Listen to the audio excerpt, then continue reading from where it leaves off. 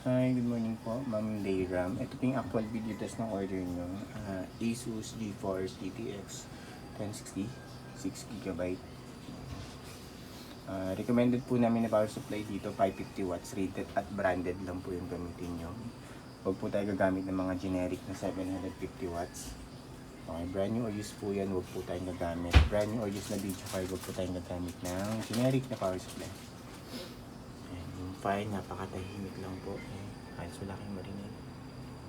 Matutok na yung ano niya. Sobrang tahimik lang.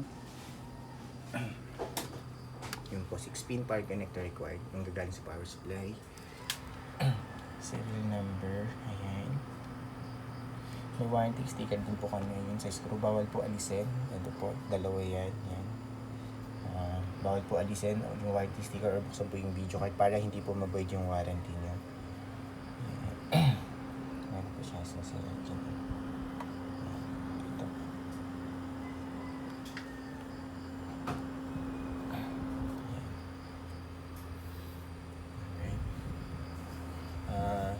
Note po ma'am, bawal po alisin para hindi ma-win yung warranty. Pag may any issue po, message nyo lang kami. May warranty po kayo sa amin, so nothing to worry po. Ma'am Layram. Ito po yung per mark test natin. Tinatest natin. Ayan. Time running niya po sa per mark yan, 3 minutes 25 seconds. Reading na kami sa afterburner. Yung rack. Stable na stable lang po. Straight na straight lang siya. Ayan. Ito po yung buong screen. Wala pong kahit na anong issue. Walang random restart or random shutdown. Walang hang and freeze. Wala din pong BSOD or garbage display na lumalabas. Napaka-smooth and stable na po. Guaranteed po yan namin.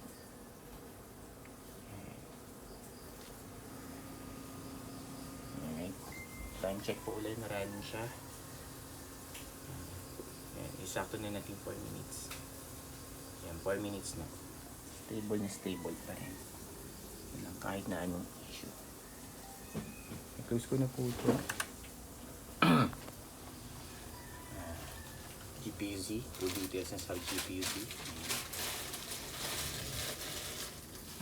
Sensor. Yan. Ito po yung perma. Tinaran natin. Yan po yung GPU detected niya. MSI Afterburn. Tapos right click lang po ako dito for driver check. Naka-install naman.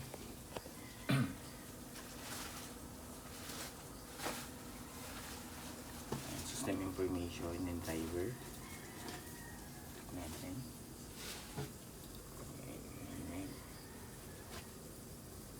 Tapos yan si kay Ma'am Layram 525. Yung tab lang ako dito for time and date checking. PH. PH time now. Yan, dito tayo sa mga lawa muna. Yan. Current date and time natin, 6:37 AM, Tuesday, December 16, 2025. Yan po yung current date and time natin. But before po natin i-ship out later, mamaya po. Yan. Alright, isa pa. Yung tab lang ulit ako. PH time na ulit ako. Meron na rin agad lumalabas pag nag-Google search kayo ng PH time. Pero dito tayo sa website. Ay, dito. Dito na tayo sa... Okay, yan po. Same lang. 6:38 AM, Tuesday, December 16, 2025. Yan po yung current date and time natin, real time. Pag gusto nyo po i-double check, ito yung website. Pwede nyo puntahan. Para ma-legit check nyo po kung real time ba talaga. And then ito pang isa.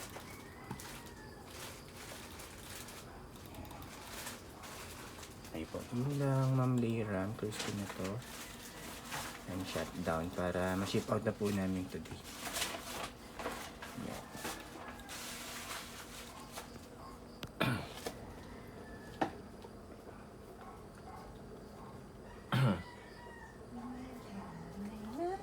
Paano yung isa?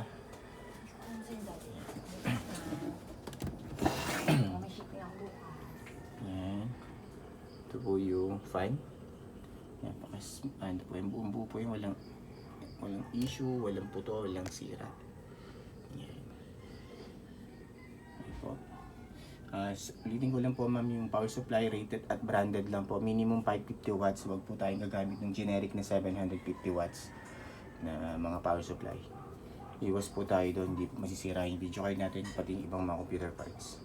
So, lagi po tayong gumamit ng magandang power supply. Invest po tayo doon.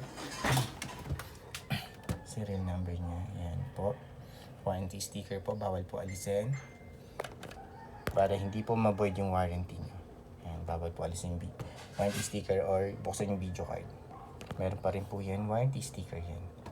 Medyo madumi lang siya pero kita niyo po hindi pa yan na-open or na-repair, hindi pa siya putas. Warranty sticker po yan ng Asus. Okay. Yun lang po, Ma'am Maylene Leiran, 525. Thank you, bye.